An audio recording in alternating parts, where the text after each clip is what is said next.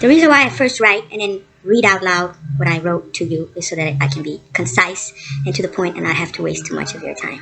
So, what I think of black people. Have you ever heard people say things to the effect of, we may look different on the outside, but we're all the same on the inside? Well, I think that is inaccurate. I believe that our external differences match our internal differences. Let's analyze our external, physical, human differences and similarities. According to the norm, most of us are bipedal. The hair on our heads are usually thicker, longer, and more densely clustered together than they are on the rest of our bodies. We possess the ability to speak and sing in elaborate and sophisticated ways. Visual and performing art seems present in every human culture globally. We experience thoughts, feelings, and emotions. Those are some similarities, and now to name some differences. The colors, shapes, and textures of our features vary from one individual to another, or from one group of people to another. No two fingerprints are alike. Traditional art, cuisine, and behavior varies from one group to another. Thoughts, feelings, and emotions vary from person to person. Most of us are similar in our physical anatomy and in our mental and creative potentials and/or capabilities. We differ in that shapes, sizes, and textures of details of our anatomy vary from person to person, and that details in our behavior vary from person to person and from group to group. If you live in this day and age, you were probably told that there are white people and that there are black people. Although nobody is actually white nor black, it is clear that some people have dark skin complexions and others have light skin complexions. It is a known fact that the darker your skin is, the more melanin you have in your skin, which is what makes your skin more resilient and better protected under the sun.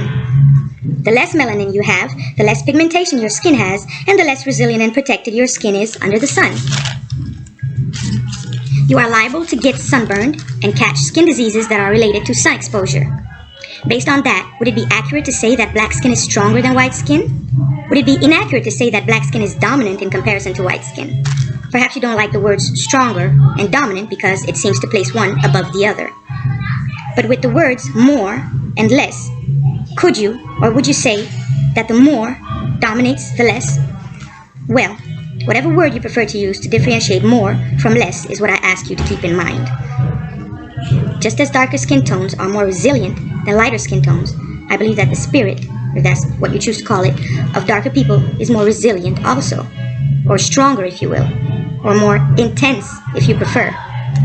Most of us know how most people seem to feel about black people at their worst, but black people at their best. If you didn't know, black people who excel are truly excellent. From my observation, there is an intensity in the skin and in the spirit of black people that is innate. Black wisdom, more intense. Black ignorance, more intense. Black hate, more intense. Black love, more intense. If you agree, what you should ask yourself is this intensity a weakness or is it a strength? And when you are strong, do you use your strength to intimidate, harm, and oppress others? Do you use your strength to make others weak, or do you use your strength to strengthen others? I urge you to research the relation between your pineal gland, melatonin, melanin, and your psyche. Let me end this with a wise saying I know.